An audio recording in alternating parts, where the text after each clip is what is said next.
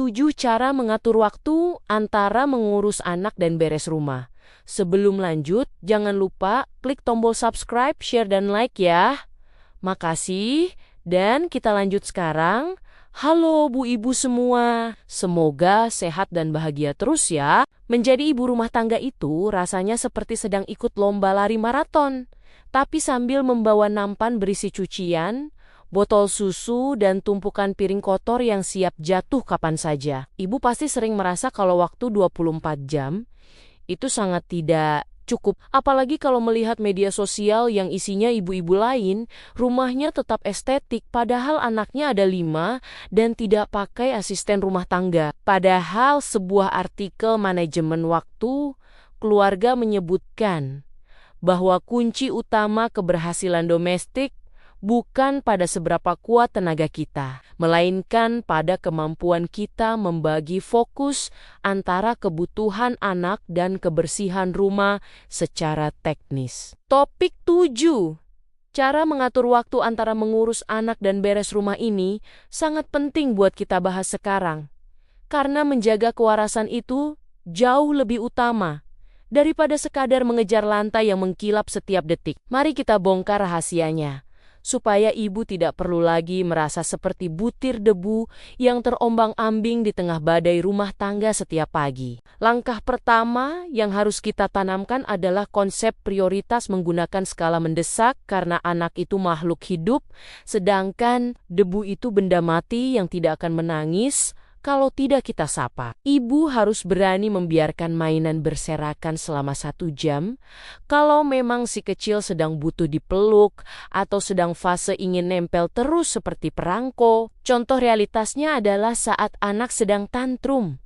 Berhentilah memegang sapu, lalu fokuslah pada mereka. Karena kalau dipaksakan menyapu sambil mendengar teriakan anak, yang ada malah emosi ibu meledak dan debunya pun tidak hilang maksimal. Fokus pada satu hal besar dalam satu waktu akan membuat beban mental ibu terasa jauh lebih ringan dibandingkan mencoba melakukan semuanya secara bersamaan ala pahlawan super. Teknis kedua yang sangat ampuh adalah memanfaatkan jendela waktu emas, yaitu saat anak sedang tidur siang atau sedang asyik bermain sendiri secara mandiri. Ibu jangan malah ikut asik gulir-gulir media sosial saat mereka tidur, tapi langsung eksekusi pekerjaan yang paling berat, seperti mencuci piring atau menyetrika baju yang sudah menumpuk setinggi gunung. Gunakan waktu 30 menit itu secara taktis seperti tim gegana yang sedang menjinakkan bom, cepat, tepat, dan tanpa suara,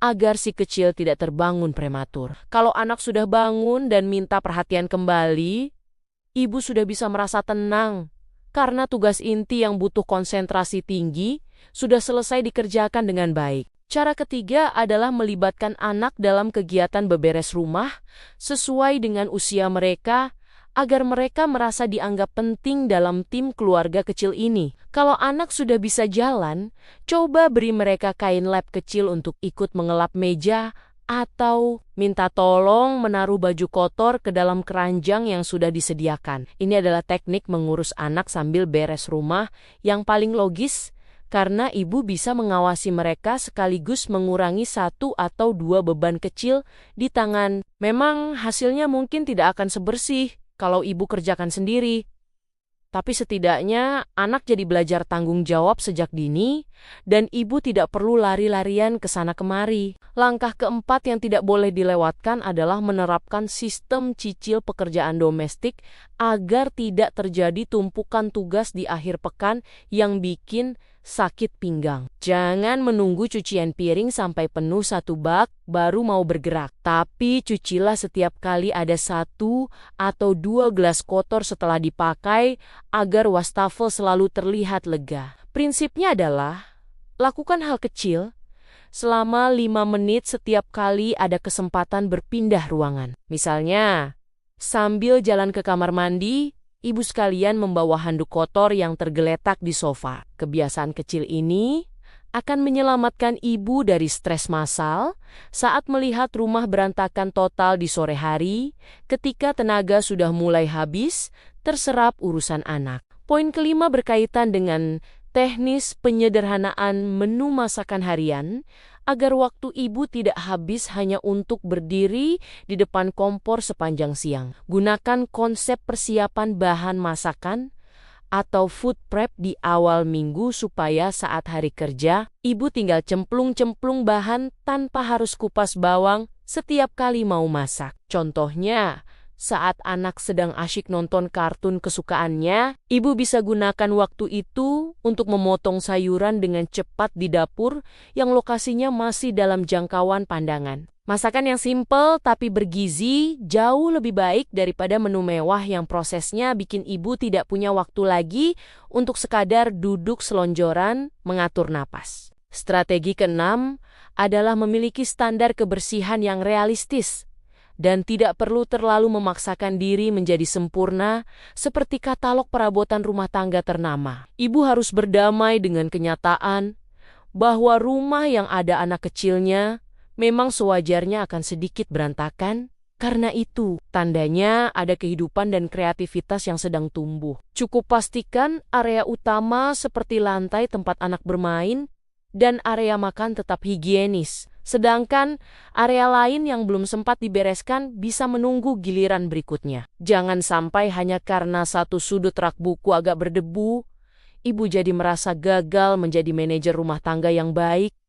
Karena kesempurnaan itu hanyalah ilusi di dunia nyata. Langkah ketujuh yang paling krusial secara teknis adalah menyiapkan zona bermain yang terbatas agar ledakan mainan tidak menjajah seluruh penjuru rumah ibu yang mungil. Batasi area berantakan anak hanya di satu ruangan atau satu karpet khusus, sehingga saat mereka selesai bermain, ibu tidak perlu berkeliling rumah hanya untuk memunguti kepingan balok mainan yang tajam. Gunakan kotak-kotak penyimpanan yang mudah dibuka tutup oleh anak agar proses merapikan kembali bisa dilakukan dengan cepat dalam hitungan menit saja. Dengan membatasi ruang lingkup kekacauan, ibu jadi punya kontrol lebih besar terhadap kebersihan rumah tanpa harus merasa tertekan setiap kali anak mengeluarkan koleksi mainannya. Kesimpulan dari semua perjuangan kita adalah bahwa manajemen waktu itu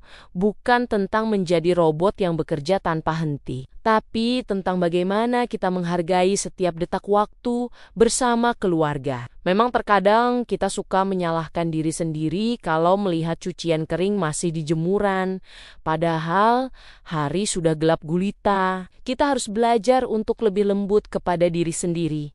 Karena peran sebagai ibu sekaligus pengelola rumah adalah pekerjaan paling menantang di muka bumi ini. Tetaplah optimis bahwa seiring berjalannya waktu, anak-anak akan tumbuh besar dan rumah akan kembali rapi dengan sendirinya tanpa perlu tenaga ekstra. Semangat buat semua ibu-ibu hebat di luar sana yang sedang berjuang, menyeimbangkan antara kasih sayang untuk anak dan kebersihan untuk rumah tercinta. Dulu mungkin kita membayangkan hidup akan selalu tertata rapi, tapi sekarang kita tahu bahwa kebahagiaan itu seringkali ditemukan di sela-sela kekacauan mainan yang berserakan. Mari kita syukuri setiap momen yang ada, karena waktu tidak akan pernah bisa diputar kembali untuk sekadar melihat masa kecil anak yang begitu cepat berlalu. Jadikan rumah sebagai tempat yang hangat bagi penghuninya, bukan sekadar museum yang bersih, tapi terasa dingin